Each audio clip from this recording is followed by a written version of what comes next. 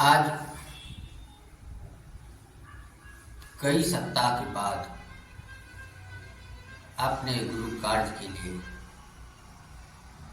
एक वीडियो बनाने का मन आया। उससे संदर्भित बात आज रख रहा हूं।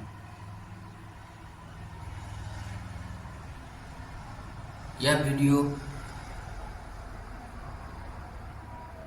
मेरे आत्मगुरु शिव से अभिप्रेरित है। वीडियो लंबा हो सकता है। आप तमाम गुरु भाई गुरु बहन बस एक बार समय देकर के सुन लें। यह गारंटी है आपके जीवन का दशा और दिशा दोनों बदल जाएगा। यह मैं नहीं, मेरे गुरु शिव के आदेश के आधार पर इन प्रसंग को मैं यथासाध्य विश्लेषित कर रहा हूँ।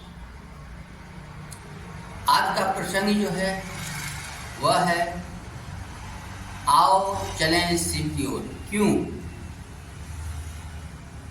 प्रश्न है क्यों आओ चलें शिव की ओर। इस प्रसंग को विश्लेषण करने से पहले मैं शिव शिष्य मनोज कुमार आप तमाम गुरु भाई गुरु बहनों सूक्ष्म और स्थूल जो भी है मैं उसे नमन करता हूँ। अपने सीनियर साहब हरिंद्रानंद, दीदी नीलमानंद एवं सीनियर संजय कुमार यादव प्रणाम निवेदित करता हूँ और ब्रेन गुरु भराता के द्वारा हम गुरु भाइयों के लिए, गुरु बहनों के लिए जो विषय था आओ चलें शिव की ओर, वर्तमान प्रसंग में इसकी प्रासंगिकता और क्यों है, क्यों चलना चाहिए, इसे मैं यथासाध्य बतलाने का प्रयास कर रहा हूँ। जय माता। शिव है क्या? शिव आदि गुरु, आदि शक्ति के रूप में हम सबों के बीच आत्म शिव के रूप में उपस्थित एक ब्रह्मांडीय ऊर्जा है।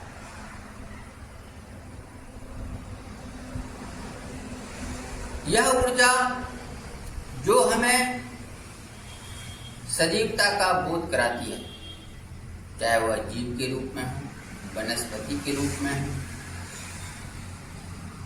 शिव का अर्थ होता है कल्याण करना। अगर वह हमारे किसी भी रूप में उपयोग करने से, दर्शन करने से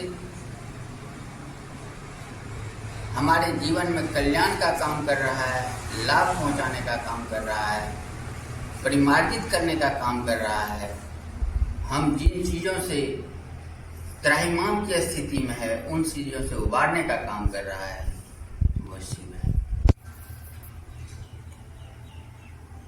यह सरल शब्दों में हम इसे ईश्वरीय ऊर्जा भी कहें, कोई अतिशयोक्ति नहीं।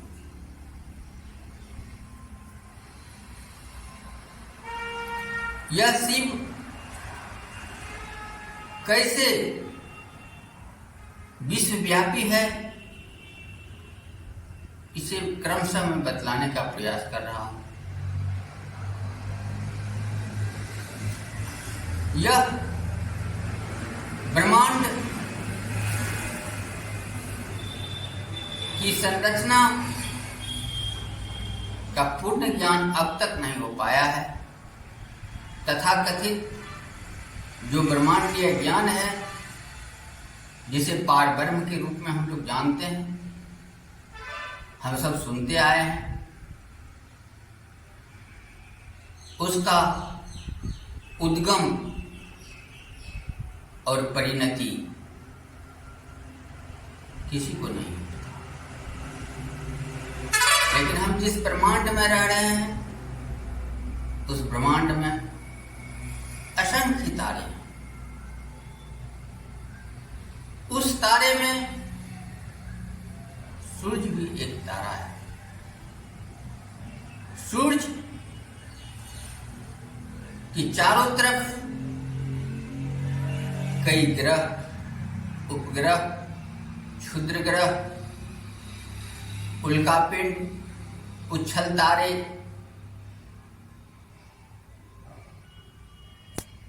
व्यवस्थित रूप में गुरुत्वाकर्षण शक्तियां से एक दूसरे से बंधा हुआ गतिशील अवस्था सदैव परिवर्तनशील है, जिसका हम मानव जीवन पर भी प्रभाव पड़ता है, विविध जीवों पर प्रभाव पड़ता है। इसे इस रूप में हम समझें, यह सदैव गतिशील रहने के चलते कभी सूरज उगता है, अस्त भी दिखाई देता है,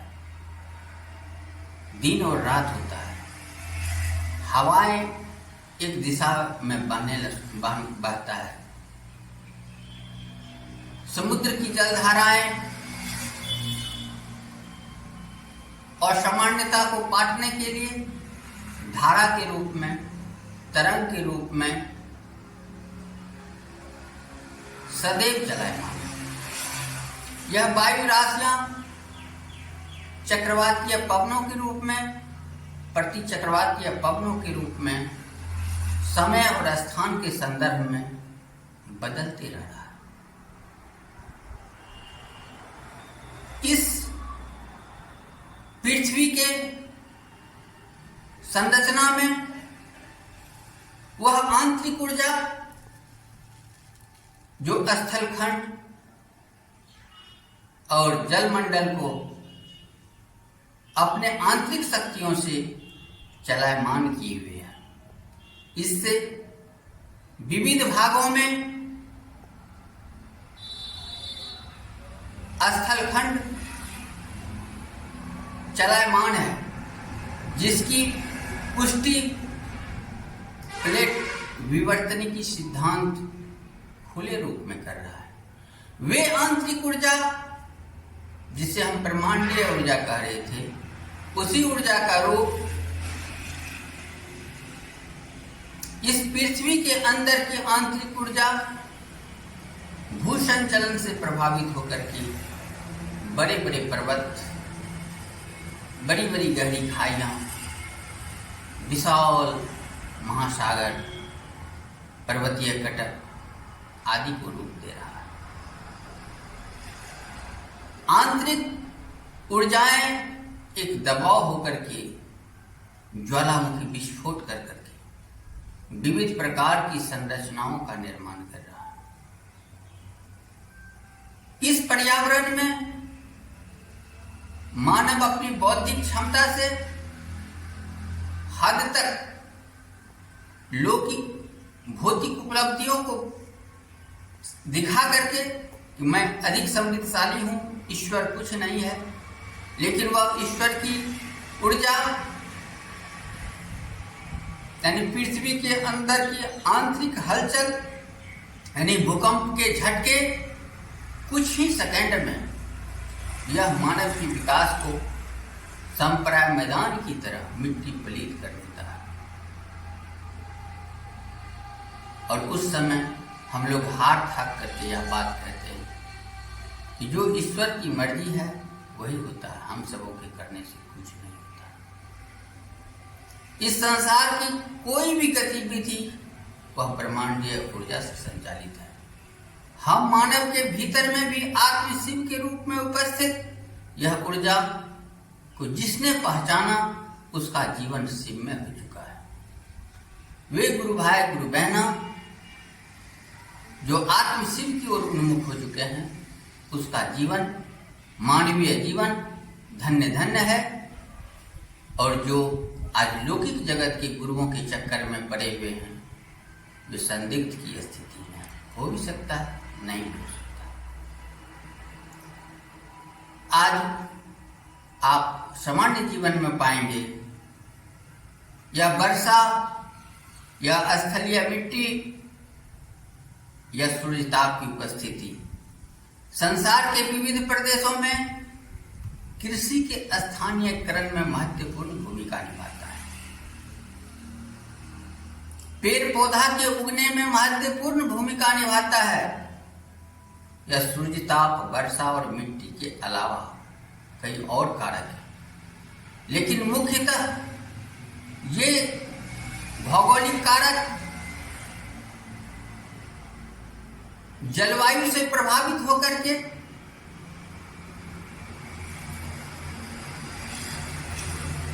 विभिन्न प्रकार के पेड़ पौधे और फसल को निर्धारित करता है।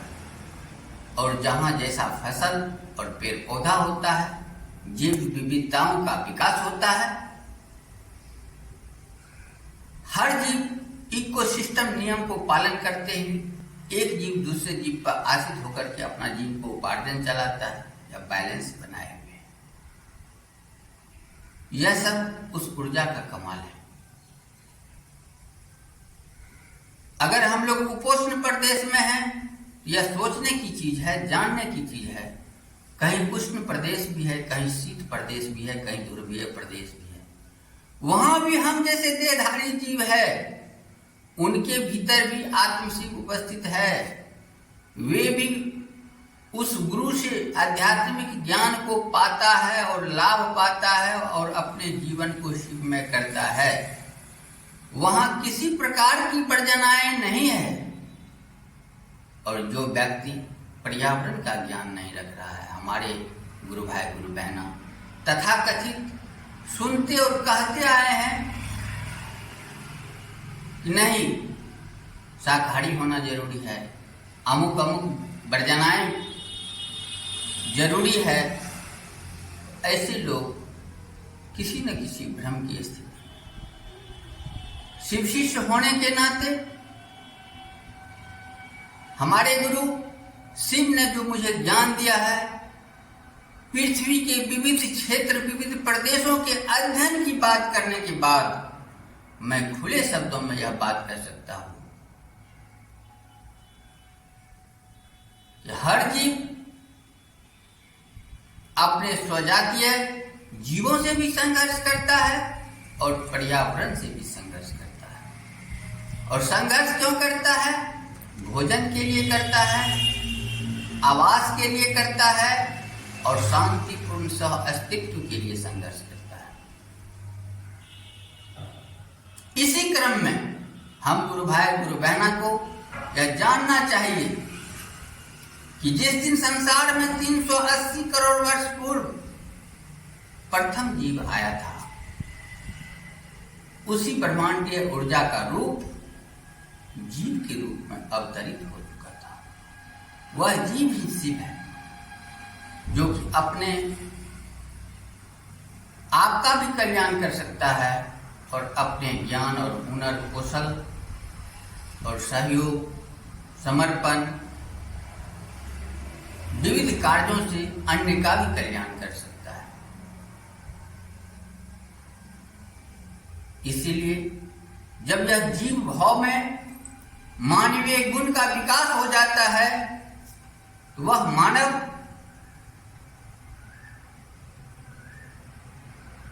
एक शिव, जो हम लोग आज अपने पूर्वजों से धारित धारणाओं में साकार रूप में जब मानते हैं कि हमारे शिव इस रूप में थे, व्यक्ति के रूप में थे, माता भवानी था, दोनों का वाहन था, किसी का बाघ तो किसी का बसहा, उनके परिवार के गणेश जी या कार्तिक जी का वाहन, किसी का मयूर था तो किसी का मूस, किसी का गले में सर्प है।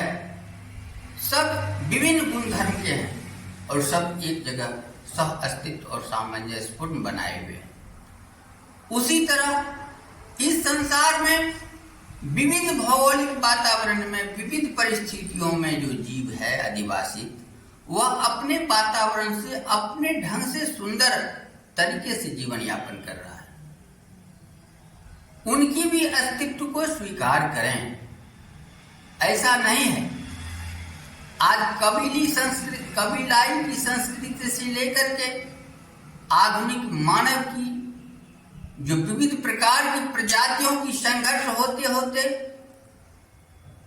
विविध सांस्कृतिक प्रदेश में जो आचार विचार, खाने का, पहनने का, रहने का, बोली भाषाएं जो अलग अलग है, वे हमसे कमजोर हैं नहीं।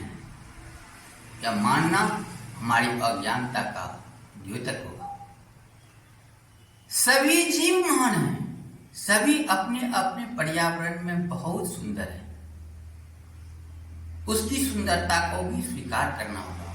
हम उनकी बातों को, उनकी भाषाओं को नहीं जान पा रहे हैं, वे ऐसा कर क्यों रहा है? वे संघर्ष की स्थिति में अपने आप की जीवन को शांति और सुरक्षित रखना चाहता है। वे जीव भी आनंद की खोज में है, उसके पास भी आत्मशिव उपस्थित है। उनका आत्मशिव जो उसे कह रहा है वह कर रहा है, और हम जो जिस वातावरण में हैं, हमारे आत्मशिव जो हमें कह रहा है वह मैं कर रहा हूं। इस तरह आज विविध धर्मावलंबियों के ठेकेदार समय के संदर्भ में जो कई भागों में धर्म को बांट चुका है, जैसे हिंदू, मुस्लिम, सिख, ईसाई, जैन, पारसी, यहूदी के अलावे भी कई धर्म हैं, और सब अपने आप में कहता है कि नहीं, मैं तुमसे श्रेष्ठ हूं, दिखा देता हूं। आज वर्तमान प्रासंगिक परिवेश में आप इस चश्मे से, इस दर्शन से देखेंगे तो आप देख लीजिए कि धार्मिक युद्ध शुरू है। चाहे इजराइल ईरान का युद्ध हो, हूती और इजराइल का युद्ध हो, चाहे रूस यूक्रेन का युद्ध हो, चाहे आर्मेनिया अजरबैजान का युद्ध हो, हर जगह धर्म की लड़ाई चल रहा है। उसमें मानवीय गुण लगभग समाप्त हो चुका है, और जिस जगह यह शैव धर्म की बात हो जाएगी, मानवीय धर्म की बात हो जाएगी, शिव शिष्टता की बात आ जाएगी, उसके आचार विचार परिमार्जित हो जाएंगे। उसमें दया का भाव होगा, करुणा का भाव होगा, प्रेम का भाव होगा, सहअस्तित्व का बात होगा। एक दूसरे पर मरने और मारने पर नहीं तुला। अगर ऐसी भी स्थिति आ जाती है, जीव का संहार करता है, तो वह शिव की दया होगी, वह शिव का आदेश है कि अमुक जीव का संहार करना अति आवश्यक है। तो इस प्रकार ये सारी चर्चाएं या जो वर्णन मैं कर रहा हूं, विश्लेषण कर रहा हूं, ये सब ईश्वरीय ऊर्जा है। इसे कोई प्राकृतिक ऊर्जा भी कह सकते हैं। इसे इसमें मानव की कोई ऊर्जा नहीं है, कृत्रिम ऊर्जा नहीं है। तो हमारे ब्रज गुरु भराता साहब हरिदानंद ने जो हम सबों से कहा था कि आओ चलें शिव की ओर, उसका भाव था आप जहां भी हैं, जिस स्थिति में हैं, जिस वातावरण में हैं, आपके भीतर उपस्थित शिव जो है उनको पहचान करें, उनसे ज्ञान प्राप्त करें, उस ज्ञान के आलोक में आप कार्य करें, और एक दूसरे से एक मानवीयता, शिव शिष्य होने का परिचय देते हुए दर्शाएं, और अपने लाभ के लिए उस गुरु से दया की याचना करें तो दोनों हाथ सटा करके, खोल करके करें। अगर दूसरों के लिए हम निवेदन कर रहे हैं कि मेरे गुरु शिव हैं, आपके भी गुरु शिव हो सकते हैं, तो हाथ जोड़ करके करें। यह दो क्रिया, अपने लिए दया मांगना खोल करके, दूसरे के लिए अनुरोध करना हाथ जोड़ करके, यह चर्चा करना है। और इस दो क्रिया करने के बाद एक तीसरा सूत्र था, हर वक्त हमेशा चाहे कोई गुरु भाई अपने आप को याद रखने के लिए हाथ में रुद्राक्ष के दाना का कंगन पहन करके कि मेरे गुरु शिव हैं याद रखे, या उसका मन वास्तविक रूप में पकड़ ले कि मेरे गुरु शिव हैं, मैं शिव शिष्य हूँ, शिव शिष्या हूँ, और शिव के लिए कार्य करना है, मेरे ऐसे किसी कार्य से मेरे गुरु की बदनामी ना हो, मेरे गुरु की सम्मान पर न ठेस पहुंचे, लोग यह न कहे कि शिव शिष्य या शिव शिष्या का आचरण दूषित है। इन बातों का जिसे बोध हो गया उसे रुद्राक्ष की माला या कंगन की दिखावा नहीं भी करता है, फिर भी वे शिव शिष्य हैं। अगर ऐसे व्यक्ति जो शिव को मान करके जल फूल लेकर के जा करके उसे चढ़ाता है, जल अर्पण करता है, तब वह भक्ति भाव दिखाता है, वह शिव भक्त है। लेकिन शिव शिष्य के लिए मात्र हमारे ब्रेड गुरु भराता ने कहा है, उसमें आचरण में यह 3 चीज होना चाहिए: दया मांगना, चर्चा करना, अपने गुरु को कम से कम 108 बार पंचाक्षरी मंत्र नमः शिवाय से प्रणाम निवेदित करना। हो सकता हो हिंदी में नमः शिवाय मंत्र है, लेकिन विश्व के विविध प्रदेशों की भाषाएं अलग अलग है। ऐसे में वे कम से कम 108 बार अपनी भाषाएं में भी अपने आत्म शिव को अगर प्रणाम निवेदित कर रहा है, प्रणाम स्वीकार होगा। इसी दर्शन के साथ मैं आप तमाम गुरु भाई गुरु बहना जिन्होंने आज तक शिव को गुरु नहीं माना है, उनसे अनुरोध करता हूं, मैं शिव शिष्य कुमार, यह कहने के लिए कि मेरे गुरु शिव हैं, आपके भी गुरु शिव हो सकते हैं। मात्र 3 विधा है। आपके जीवन में जितनी भी जो समस्याएं हैं, जिस प्रकार की है लालसा, धर्म अर्थ काम और मोक्ष का, उसके लिए दया मांगें। आप जो लाभ पा रहे हैं, आपको जो शिव गुरु से अनुभूत हो रहा है, अनुभव हो रहा है, लाभ मिला है जब से आपने शिव को गुरु माना है, यह बात दूसरे को बताने के लिए आप उनसे कहें। चाहे वह चर्चा के रूप में कहें, कथा के रूप में कहें, भजन के रूप में कहें, ताकि विश्व का हर एक मानव जो सदृश है, मानव के रूप में जन्म ले चुका है, सौभाग्यशाली है, जो अपने बारे में विशेष रूप से सोच सकता है, वे भी शिव को जान सके, शिव को अपना गुरु बना सके और इस मानव जीवन में कल्याण कर सके। और विश्व का व्यापक रूप में शिव शिष्यता का फैलाव, इसके लिए चर्चा करना और गुरु और शिष्य की परंपरा जागृत रहे, अपने गुरु को तीसरा सूत्र में प्रणाम निवेदित करना। इसीलिए यह ब्रह्मांडीय ऊर्जा, जिसे शिव ईश्वरीय ऊर्जा कहते हैं, यह ईश्वरीय ऊर्जा को आप गुरु बनावें, यही शिव है। और इसी के लिए हम आपसे अनुरोध करते हैं कि आओ चलें शिव की ओर। क्यों?